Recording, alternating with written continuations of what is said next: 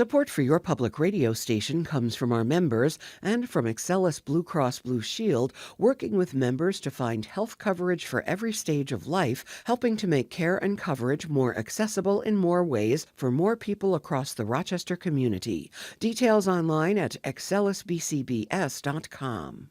From WXXI News, this is Connections. I'm Evan Dawson.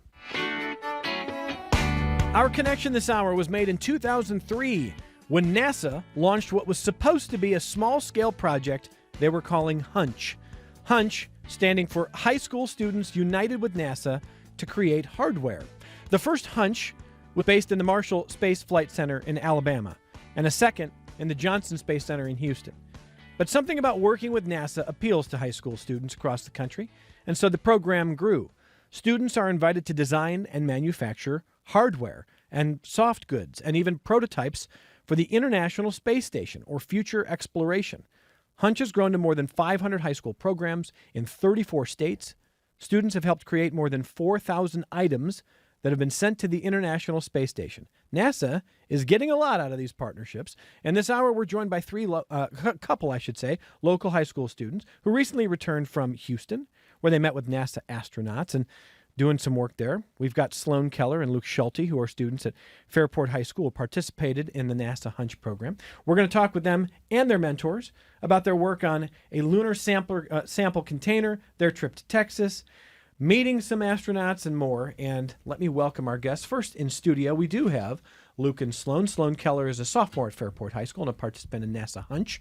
Welcome. Thanks for being here. Hi, thanks for having us. Luke Schulte, a junior at Fairport and a participant as well. Nice to see you. Yeah, thanks for having us. And welcome to Donna Himmelberg, a chemistry teacher and NASA advisor at Fairport High School. Thanks for being here. Thank you, Evan. It's great to be here. A very proud teacher, I imagine. Absolutely. And welcome on the line to Florence Gold, project manager for NASA HUNCH Academy. Hello, Florence.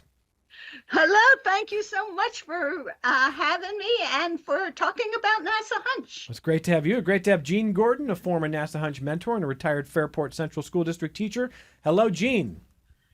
How's it going? I'm very excited to be here. It's going great. And, you know, this should be a really fun hour because a lot of people have their eyes on what NASA just did with their April mission with Artemis and going around the moon. And you know, anytime you've got a mission like that, or even in recent years, you know, what we saw with the images coming back from Pluto, it really gets, I was going to say students, it gets Americans fired up about what is even possible.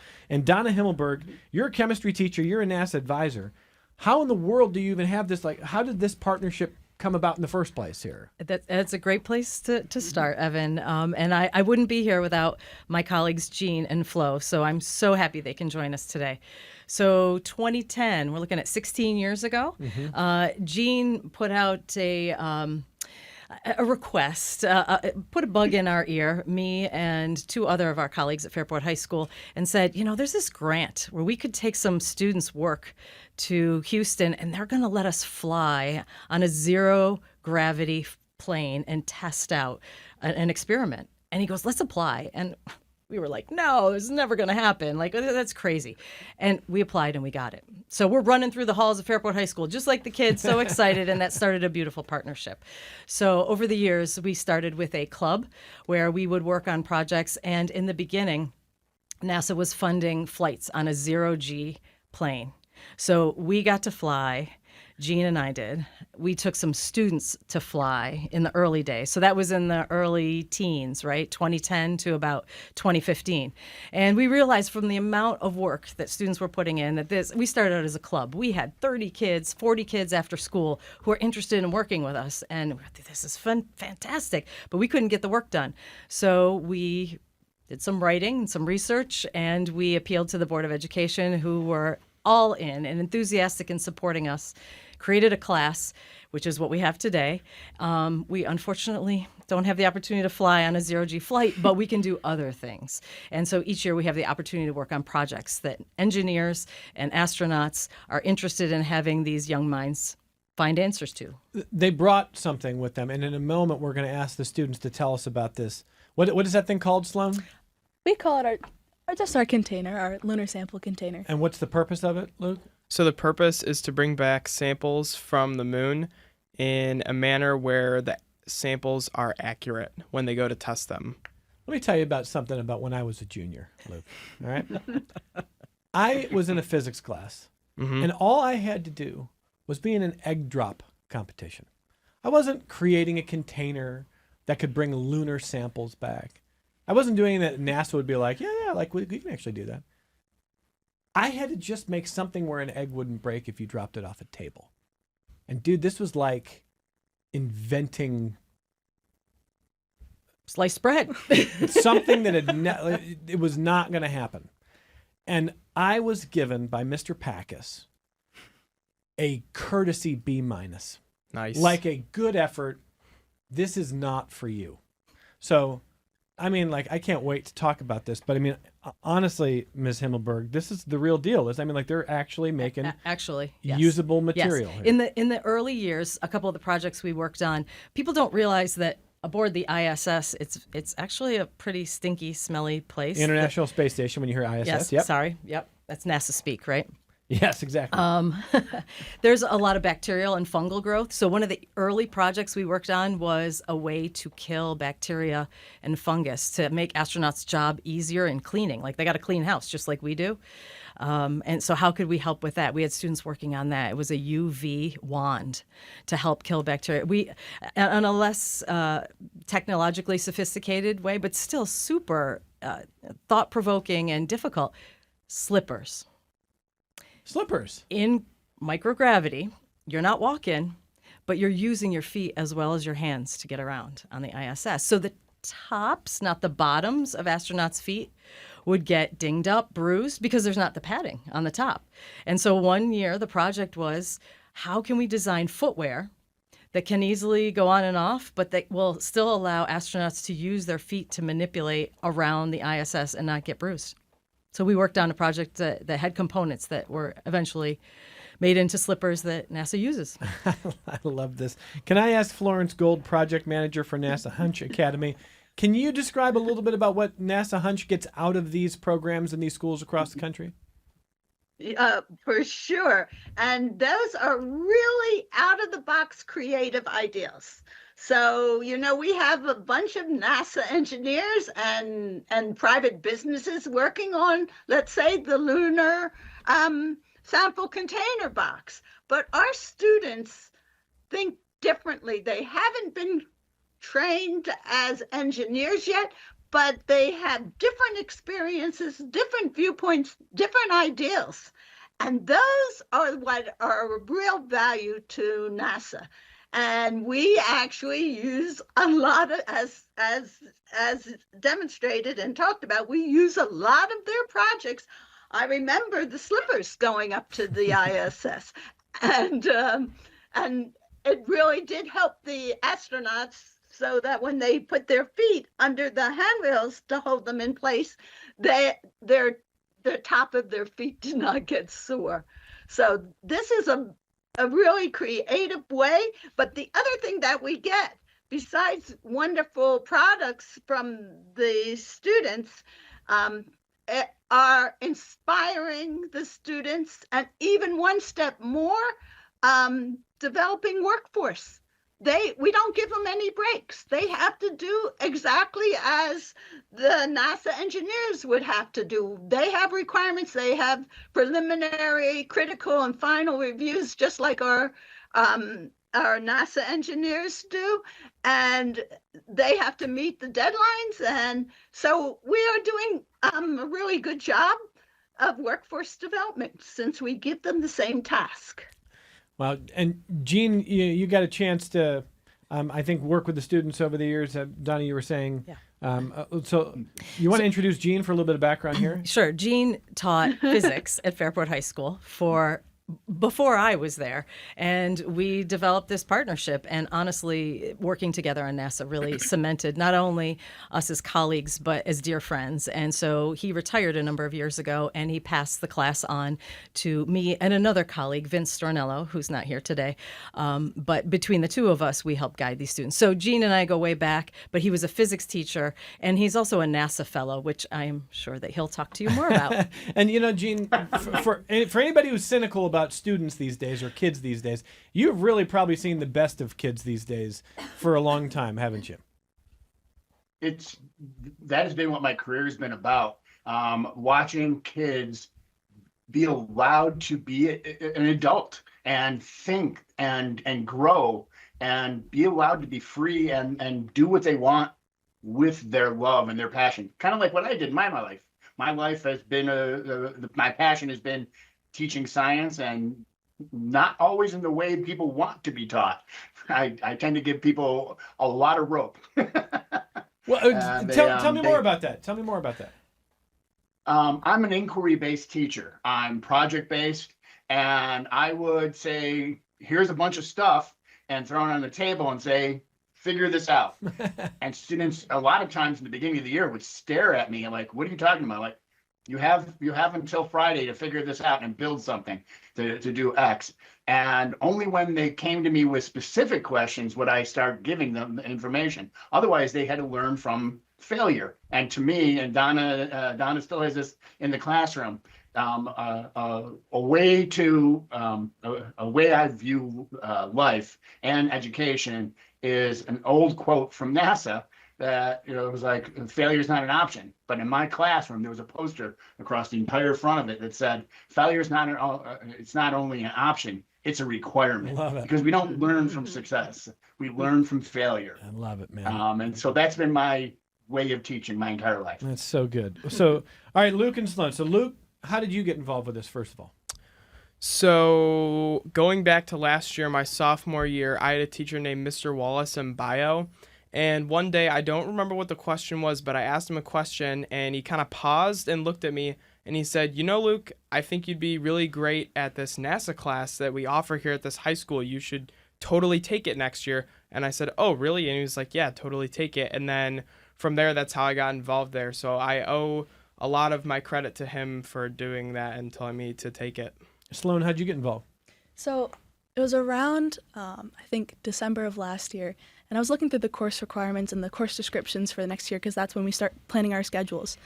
And I saw a class that said NASA space research, and that just struck me because what other kind of classes are going to take that sound like that intriguing and that amazing? And the course description was discussing how you work with groups and you engineer and you learn, and it just sounded like nothing I'd ever heard of before. And I thought that was very unique, and I really wanted to give it a try because I've always loved space. I've always loved learning about NASA and that kind of things, and it felt unreal to me that I could take it as a class and actually get credit for something that felt more like a passion than an actual requirement, Okay, and so I should ask Donna and Jean. So the students get involved, but how do they get to the point where they are creating slippers or the moon bucket that we're going to talk about? I mean, like, how do they get to the point where do they have to propose it? Does it have to be accepted? Like, how does that happen? So as Sloane and Luke have said, we get a new crop of budding engineers every year. Right. NASA provides us a list of 10 to 12 projects for the year. We're part of, you mentioned in your introduction so generously, there are different divisions of HUNCH. We're the design and prototype. And so we get a list of 10 to 12 projects that students may select. So at the beginning of the year, in the first couple of weeks, we give them that list. They do some reading. We get to know them. We end up grouping them. They pick a project that they want to spend a year on, which is a big deal because when you're a sophomore or junior in high school, you probably haven't spent a year long doing anything, right? We break up our academic year in much smaller chunks, smaller projects. So they have to understand they're going to commit to it, but they get a group together and, they not so much pitch us, but convince us that we're the group to tackle this project, and then they set to work. And NASA has, as Flo mentioned, they have deadlines and benchmarks we have to meet. So in the fall, so late October, November, they have their first review, and they have a literature review. Have you done some reading? Do you have some background knowledge? What's your proposal? What do you think? Which direction do you think you want to take this prototype, this project, in answer to the problem that you're trying to solve? And then they design something. They get some feedback from NASA engineers and from and mentors, and then they work on that through the winter. And then February, we have a critical design review. And at that point in February, we've been graciously hosted by RIT for the past few years, where we meet with other schools. There's other schools in the New York State, a couple from Canada. We even had a couple teams teams from Minnesota this year come to RIT. We have our NASA mentors come, and it's a giant poster session. How are you doing at this point with your project? So they pitch their project. This is what we've got so far. This is what's working. This is what we want to do next. And then from there, NASA makes a very tough decision. They say, okay, you have made adequate progress. We want to see what you do next. We want you to come to Houston. And so the Houston So trip. it's not guaranteed that you're going to Houston? Oh, no, sir. No. Okay. What's the number of groups that get chosen out of all the groups? I wonder if Florence knows that. Do you know the answer to that, Florence?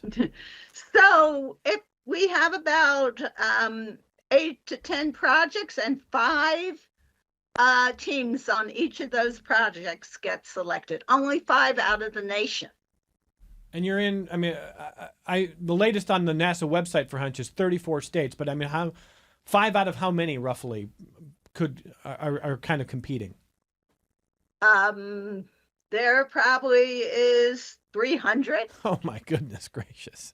That is remarkable. And I'm going back to what Jean said. So Jean, we've talked to PhD candidates. We actually have a really fun ongoing series we do, kind of headed up by astrophysicist Adam Frank, where we sit down with Adam and we sit down with PhD candidates, and they talk about the process of becoming a scientist. And not long ago, we sat down with someone who's working in the local laser lab. And he's, spends 2 years designing experiments and ideas and hypotheses about what's going to work. And you get all this buildup, and sometimes it does not work the way you expect, or sometimes you get feedback and outcomes Absolutely. that surprise you and that probably frankly frustrate or bum you out, because it's like, boy, this was a lot of work in this and we really felt good about this. But it's still information that should help you in the future. You have to internalize it doesn't always work. Jean, do students have to go through that at Fairport, where it's like, we're going to work for a year on this and hopefully we're going to get to the other side of this, but we're going to learn something either way? Is that the attitude? That is the key to the program. I'm going to tell you, as a teacher, having students go through that and seeing that this is a real thing that real businesses and real government institutions put their people through, the trial and error and learning from your mistakes and keeping going forward and not being discouraged is huge. But then, after I retired, NASA came to me and asked me to be a mentor. So I got to help students and teachers throughout the country over the last 5-6 years, and watching students of all types and teachers, as the teachers are trying to do these programs, many of them have not been based on the inquiry method of teaching. And so this is an amazing thing to watch, the growth from the beginning of the year to the end of the year with the final project, to watch that growth of students and the pride they come out of it with. You should ask them about that. Oh, this is where we're getting to the good stuff here. So Fairport's on the list this year. Well, only about 5 here. How many times has Fairport gone to Houston for this? Well, so the first time we went as a class was in 2015. So it's been 11 years. And up until the pandemic, we were sending about half of the students in our class. So we were sending 2 or 3 teams every year. So I don't know, maybe this is the 8th time I think we've gone. Pandemic slowed everybody down, right? So and we weren't doing much for a couple of years, but now we're back in it. So I would say we've been going probably 7 or 8 years, and we send people almost every year. All right, so because it's right next to Sloane, I want you, for the YouTube audience, you got to hold this thing up. We've showed the YouTube audience a picture of this, but Sloane's got it in studio, and so there's the actual picture from Sloane Keller, but now Sloane's going to kind of put this thing together, and then Sloane and Luke are going to talk about this. Again, what do you call this thing? Just our container or our box, although that's not quite accurate because it doesn't exactly have 4 corners, but box is a little bit simpler. So we have threads right here where the lid screws on, kind of like a peanut butter jar or any other kind of container. And this just goes on here. And kudos to Luke for all the 3D printing. That's how we made this container. Now hold that thing up there, because we've got... So there you go, Sloane. I'm going to make you a studio director, so you can see up in the corner here for the YouTube audience here. Sloane is holding a cylinder. I called it a moon bucket, but it's a cylinder. It's a black cylinder, but the purpose of this cylinder, this container, Sloane, is to carry what? So this would carry regolith, which is moon dust and rocks. Say that word again. Regolith. Regolith. It's a fun word to say. Okay. moon dust and rocks. And why do you need a container like that? So it's really important for these samples of regolith to be pristine so they can be analyzed by NASA, because there's so much data we can collect from looking at these samples, and they need to be non-contaminated by any kind of organic compounds that could be on the spaceship that they're being transported on. So we need to make sure that the samples don't get any like human skin cells that could be from the astronauts or any other kind of organic material, because they need to be perfect when they're being studied, so we know exactly what they're composed of or what kind of compounds could be in the samples. Very cool idea. Go ahead, Luke. Because the composition of what the regolith actually is very, very important, as companies like NASA are trying to better understand the history of our universe and the world. And so having that accuracy of the samples is very, very important. And achieving that was the hardest part of our project, because to simplify it, the dust on the moon will ruin any seal. And if you don't have a seal, the organic matter from the spaceship will get into the samples and essentially ruin them. So we had to figure out a way to cover our O-ring, which is what creates our seal, while they're placing the samples into the container, and then somehow seal the container without the ring being exposed to the moon dust. How'd you do it? So here, do you want to pass it over to me? Now, do your best to describe this for the audio audience that is not watching this on YouTube as well. Here, go ahead, Luke. Here, let me take this off. Okay. So This essentially, is so cool. for the audio listeners, it's a container. And Luke, your dad's in the visual arts, so look up there and make sure people All can right, see I it. got you. There you go. All right, there you Here, go. I'm just screwing this off. Okay. So here, if you can see it. So around the inside of our top, there's an O-ring, which is what compresses and creates our seal.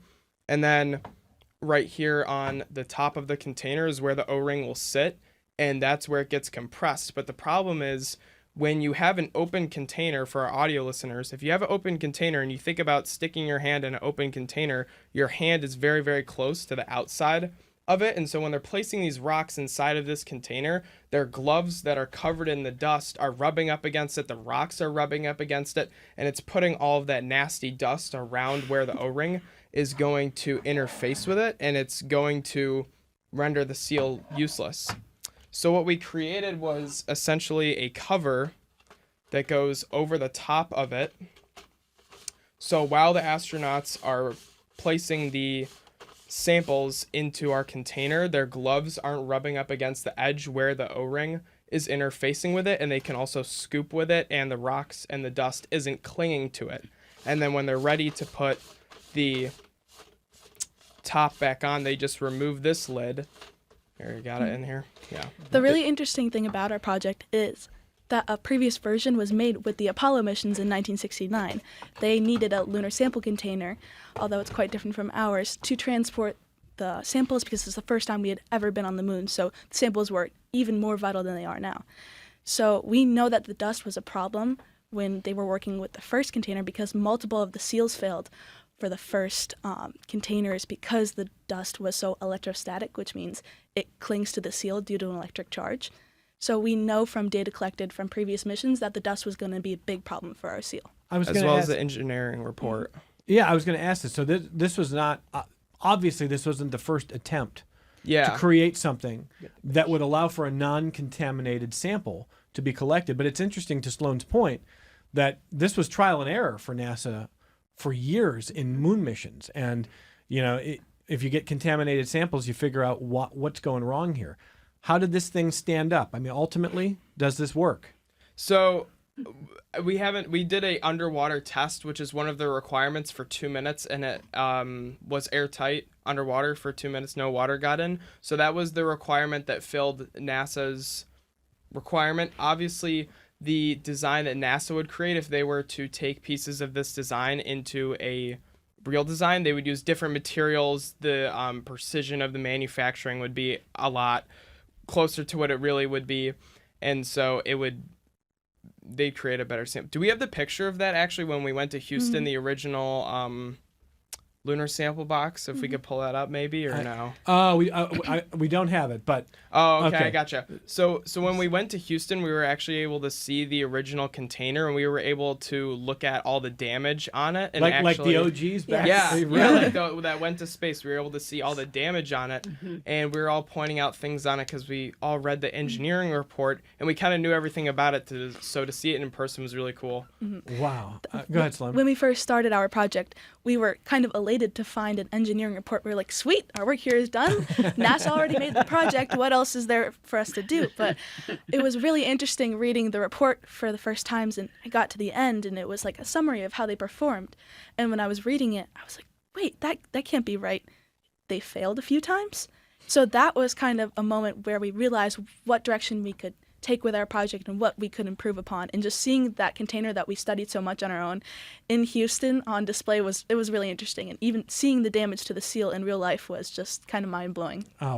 So first of all, it's a really cool story. But to Luke's point about, if NASA's going to use this, they'll probably engineer it, a little slightly higher grade here. Who made your container here? So it was obviously a group effort, but I did all the CAD designing and 3D printing. So you did. It was a 3D printer. Yeah. The Okay. 3D printer was what created all the stuff that you see in black, and then the other stuff was purchased off of Amazon or other places. Wow. How many total students on this team? 3. Okay, so you want to shout out your third team member here? Yes, shout out Leah back at home. Leah Morris. Yes, Leah Morris. She's also a sophomore. She's in my grade. And yeah, we couldn't do it without the three of us. I'm sad she couldn't be here today, but yes, it was definitely a group effort. Okay, so go ahead now. Well, I Donna. was just going to say that when we went to Houston, the point of that is to do the final design showcase, they call it, and it's held in Rocket Park around the Saturn V rocket. So the students are setting up on tables. It's again a giant poster session of the final evolution of their project over the course of the year. But one of the other, in addition to being on display and meeting other students from other schools and other teams, which is a huge bonus to going to Houston and the networking that happens among the young people, but also to meet some NASA engineers, some directors of programs at NASA. But every year they get to send a couple astronauts in to talk with the students. So we were fortunate to get to talk with Erin Overcash, who is a astronaut candidate. She started in the fall, hoping to be part of, I think, an ISS mission, if I'm not mistaken. But she talked to them about their project, and she had some really great questions for them. Yes. Her question for us that really stuck with me was, what did you learn from working together? And we definitely learned how important it is to work as a team and how kind of team building really brought us to where we were. We wouldn't be able to go to Houston if we weren't also close as a team. Like, we always tell the story how every Monday when we came to school, 9th period NASA class, we would spend at least 20 minutes talking about our weekends and catching up and really getting to know each other. And while maybe in class we could have been using that time for maybe a bit of a more productive purpose, I don't think we could have ever made it to Houston without really being close to each other and getting to know each other, not being afraid to make mistakes or say something stupid, because just really building that team bond made us work really well together in an engineering sense. So, like, that Luke is a snowboarder. Yeah. You know that Luke is a snowboarder. Yeah. And you know that Sloane has a great taste in music. Yeah. Things like Obviously. that. Yep. And like Sloane said, little did we know, every single Monday we were getting to know each other a little bit better. And that's what I think really allowed us to excel as a team, because we were so comfortable with each other. There were no bad ideas. No one was afraid to speak their mind. No one was afraid to throw out any ideas. And I think that's really what allowed us to gel as a team and to create, our container that took us to Houston. Yeah, so let me bring in our remote guest on a couple of these points. First of all, Gene Gordon, I think it is really cool to hear the students talk about what it's like to see that original container that did have contamination and damage, and to kind of confirm for them that even at the highest levels, there's going to be errors, there's going to be bad assumptions, there's going to be mistakes that you've got to fix. That science is not this perfect, simple, linear line to the top, right? Oh, the whole point of the program is to show students it's this is a marathon. It's not a sprint. You have to get through. You got to go through those tough points.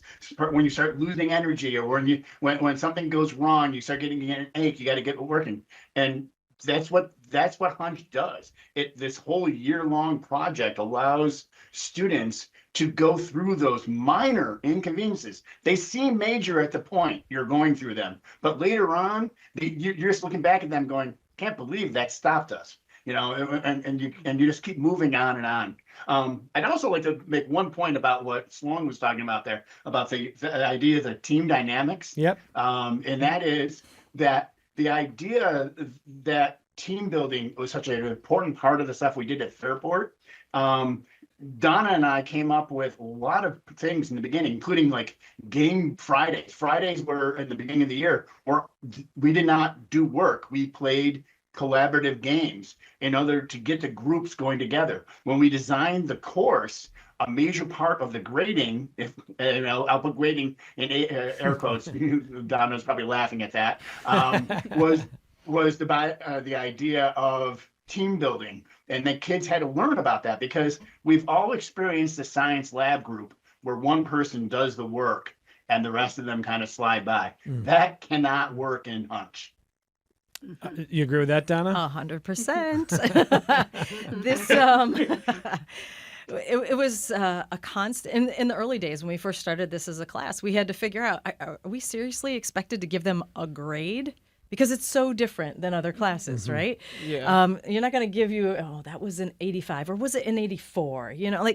Jean and I didn't really want any part of that, but we also needed to give kids some feedback, like how are things progressing? Are you, how are you showing growth? How is your prototype developing? And parents want to know that, administrators want to know that, the community wants to know that, and so we worked pretty hard in the early days of figuring out how can we had checklists and rubrics. We tried we tried and failed at different ways to come up with a method to give feedback. And we tried actually giving them grades. We tried pass fail. We tried giving only 4. We tried a variety of things. In the end, currently, it is a pass fail class that we have. But there are benchmarks and there are requirements in each quarter that need to be demonstrated by the students that you have met this standard. As Flo was speaking of, there are deadlines, there are benchmarks, there are that we have to meet, both for NASA and for us locally. Yeah. So, Flo, you've heard the students describe their creation. How'd they do? So first off, I do want to make a comment about teamwork, because that is one of the major things. If you ask any NASA engineer, did they ever do a project by themselves? They'll say no. It's always a part of the team. And that's a 21st century skill that needs to be developed young so that they succeed no matter what their job is, right? So I also tell students right up in the very first time I meet with them that the hardest thing that they have to do is to make it simple. I tell them it's harder to make something simple than complex. And I have to say that this team excelled in making it as simple as possible. I mean, they developed just a sleeve to put on there when I think so many other teams went so complicated. And these students working together as a really great functional team where no idea was a bad idea came up with the most simple solution to the problem, which is very hard to do. It's much easier to make it complex. So congratulations to that team for doing that. Thanks, Flo. Thank you, Flo. And Flo, is it realistic in the future that what they created at Fairport is going to be used in space, on the moon, somewhere else? Absolutely. There's other features in that even, we used a box. They saw that the first sample collector was a box. Well, stuff collects in corners. They made it cylinder so that there are no corners. There are a lot of features.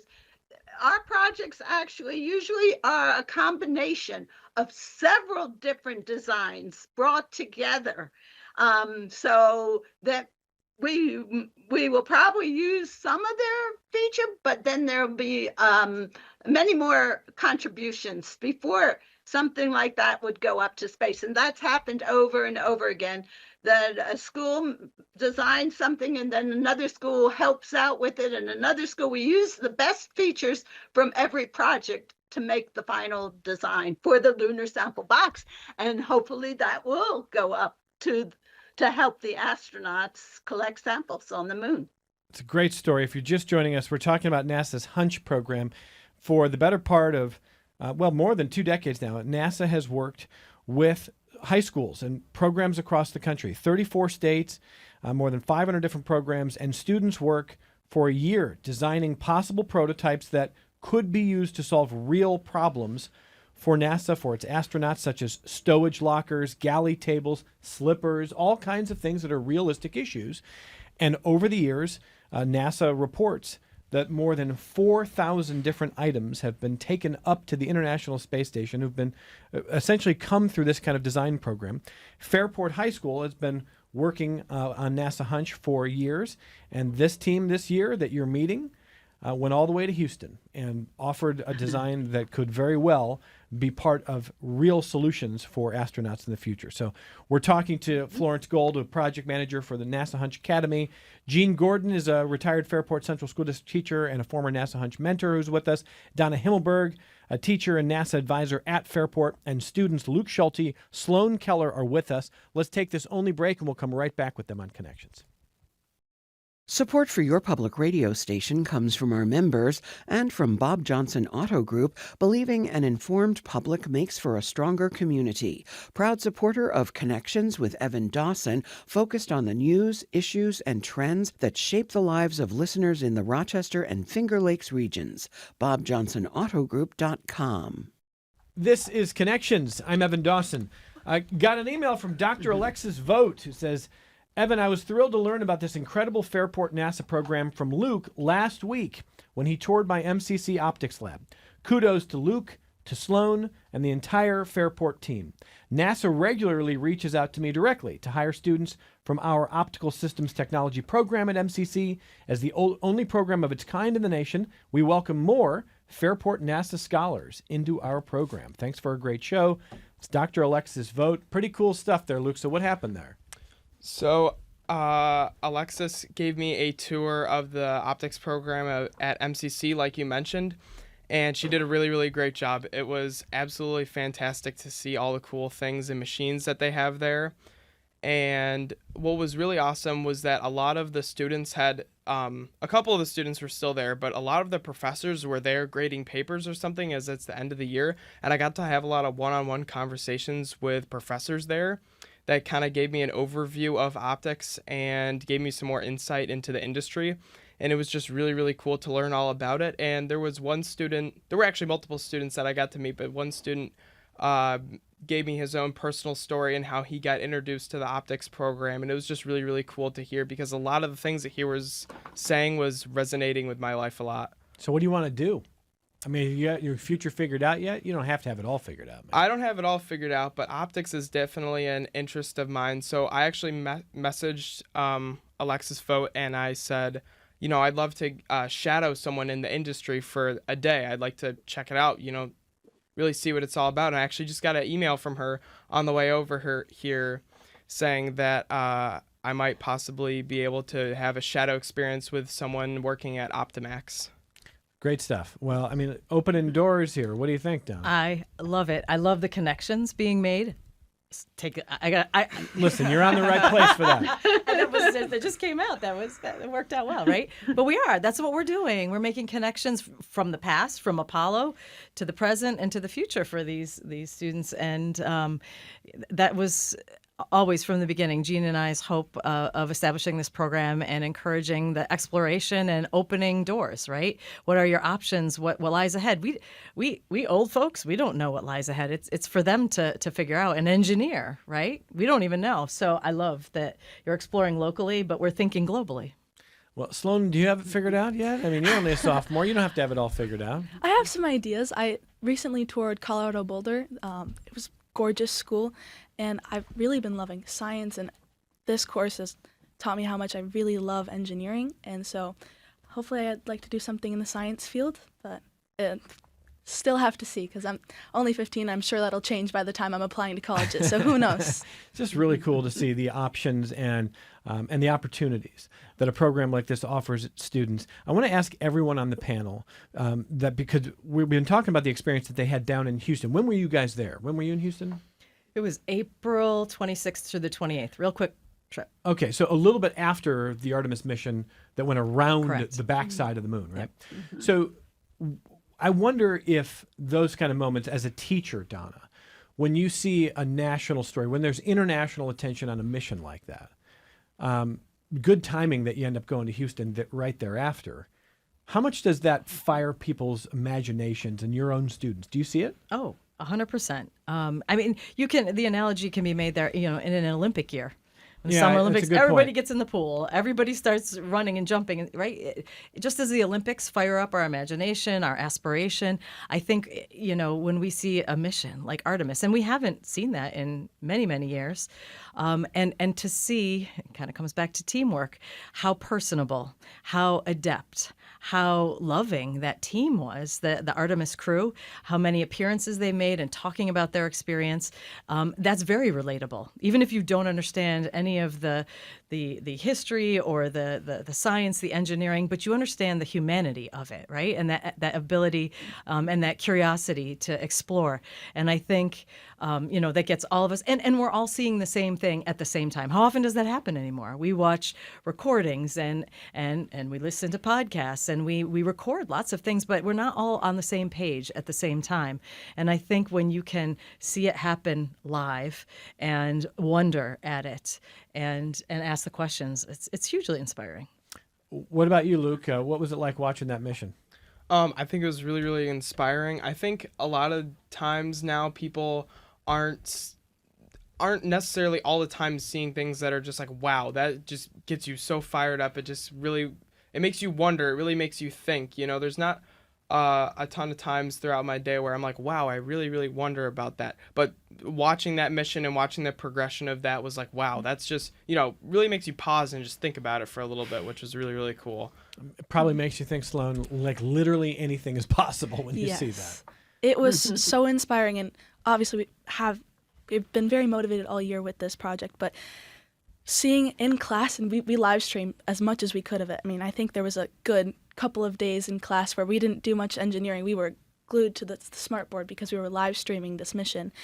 And I think it's just so inspiring, like, to have this kind of coincide with our timeline of going to Houston and working with NASA and just seeing what could happen as a result of all of the hard work. I mean, you think about all the engineering, and when you're looking at the spaceship on like a broadcast or a video, every little thing I look at, I think there was a team that engineered that. There's a team that designed that. And going to Houston, looking at all of the displays and all the recreations of past ships and spaces, you got to think there's somebody behind that. And it's kind of inspiring to think that we can someday be the people behind those missions. Oh, man, you've got Florence Gold. You got to love that answer. I did. That was awesome. Thank you, Sloane. And it goes beyond, space exploration is not just for one country, it's international. And in order for us to succeed, we need this international teamwork to work out for us. And the Artemis II mission, where we sent a Canadian astronaut. So a first-time Canadian and international astronaut went to space. The Artemis mission was the first female astronaut to go to the moon, and the first person of color. So this diversity was so important to bring to our Artemis mission. And actually, our first missions, Apollo, Artemis was a twin sister of Apollo. And so that's where we got the first woman, first person of color, first international. And we had Reed Wiseman. He was our commander, and he was a very experienced astronaut with the others too. But that was awesome. Gene, I'm sure over the years, we've all had moments where your attention is on a story like this, and depending on how old you are, maybe it was a 1969 event. For me, I was in second grade when the Challenger happened, and as hard as that was still a moment of national rallying. There's not a whole lot that brings together people in a truly unified way anymore. And when we kind of break the boundaries of our planet and we push out into the stars and we do things that seem impossible, there are incredible triumphs. There have been tragedies, but it has all brought us together in ways that I don't know what does anymore, Gene. I mean, I don't know if that sounds like overly waxing poetic, but really, what does it? One of the things that I discovered when I got hired as a NASA mentor was just mentioning that I worked at NASA got this conversation going. And every single time I got afraid to mention it at places just because it became the dominant discussion point. But the thing about it is NASA truly brings everybody together. It is a thing that everyone is excited about, and so things like the Artemis mission and all the other future missions that are going to go out there will bring people together.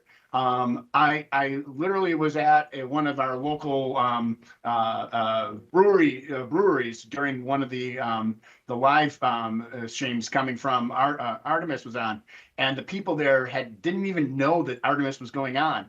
And as soon as they found out, they knew that I had worked at NASA, and they were like, everybody that worked there was all of a sudden all around me asking me questions and talking about it, and it became the thing. They left it on during the time I was on it during the following week. So it was kind of fun to get people excited. But that happens every single time that anybody has anything brings up NASA anywhere. I'm glad that you still feel that way, Gene, in a time when it seems like we can politicize just about anything. But I do think in general that is how humans feel. There's a sense of pride in knowing what we are able to achieve, especially when it looks impossible. There's a reason that there's a very small, it's not a large contingent, but there's a reason there's a small contingent of people who think the moon landing must have been faked on a soundstage, because it seems like science fiction impossible. I'm just going to go ahead. I'm going to cape for those people right now and say, I get it. I get why it seems impossible. This is really hard stuff. But these are the problems we're solving. And Flo, maybe a good place to kind of close with you is this. When we think about all the problems that are on this planet, there are occasions where people will say, shouldn't we focus on solving problems here before we kind of go out and look for exoplanets or think about how far we could travel or what we might be able to do next? Tell me what you think the value is in continuing to answer hard questions and push our boundaries.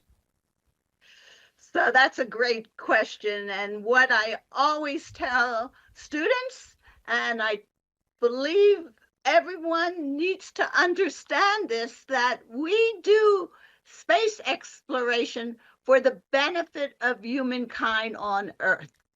And that is the reason why we keep doing this space exploration. We know we have problems here, but guess what? We might be able to solve cancer. We might be able to figure out how to grow things that are drought resistant in space that we can bring to Earth to feed our population. Every time we do a project, and I tell my students, I don't want you to even do a project unless you can think of a way that it helps man on Earth. And that's our motto for space exploration. Really, it's for helping humankind on Earth. And as we explore that, who knows what we'll find. I'm hoping that when we go to the moon, we might find helium-3 that could solve our energy problems, because that could solve our wars, right? Who knows what we're going to find, but I am really sure it's going to benefit men and women on Earth. I mean, Donna Himmelberg, I've known Flo for 50 minutes. I can hear the optimism. This is one of the more optimistic people we've had on Connections. 100%. Do you find as a teacher over the years that you've taught, are you more cynical or more optimistic now? Oh, more optimistic. This is why I do this. This is, there are up days. Everybody has up days and down days, but coming back to this program and reaching out to, working with the students, of course, but reaching out to these mentors who share this common passion. That's what we started the program with today, talking about passion, and that's definitely what keeps me going. Well, let me just say to the students, utterly sincerely, there's enough that makes people cynical. And I just want to thank both of you for coming in and giving us a reason to be the absolute opposite of that, to be optimistic, to be excited, not only about what you're going to do, but what it's a reminder of what humankind can do. So it's been a great hour. And the students, Sloane Keller, Luke Schulte, Sloane's a sophomore, Luke's a junior at Fairport High School, and they're participants in the NASA HUNCH program. You guys sounds like you got big futures ahead of you. Are you doing HUNCH next year, or is this like a one-shot deal for you guys? In my high school career, I'm going to try to broaden my horizons as much as possible. So while I did really, really enjoy this course, I'm going to try to take a variety of courses next year to continue to figure out what I like. Yeah, you're a busy dude. I get it. Sloane? Yeah, similar to Luke, I'm going to be trying lots of new electives next year just to really figure out where I want to go with my life. But definitely senior year, I believe I will be retaking this class because, this has just been such an incredible experience, and I think I can learn something new every single time I retake this class. Congratulations to you guys. Thank you so much for having us. Thank you so much. Thanks for sharing your outstanding innovation there. Luke Schulte, Sloane Keller, Donna Himmelberg, chemistry teacher and NASA advisor at Fairport, all in studio. Thank you for being here as well. Thank you for having us, Evan. It's been great. Gene Gordon, great meeting you. Thanks for spending some time with us, Gene. Thank you very much for having me. And Florence Gold, may I think of you every time I start to get cynical. Thank you for the work you're doing with NASA and the HUNCH program. Thank you so much for bringing this to light. I really appreciate it. Great stuff. And from all of us at Connections, it's a big week for us. It's day 2 of our spring membership campaign, and I hope everyone listening right now is not only inspired by this conversation, but is inspired to support your public media. You can do that at wxxi.org/give. Thanks for listening to Connections, and we're back with you tomorrow.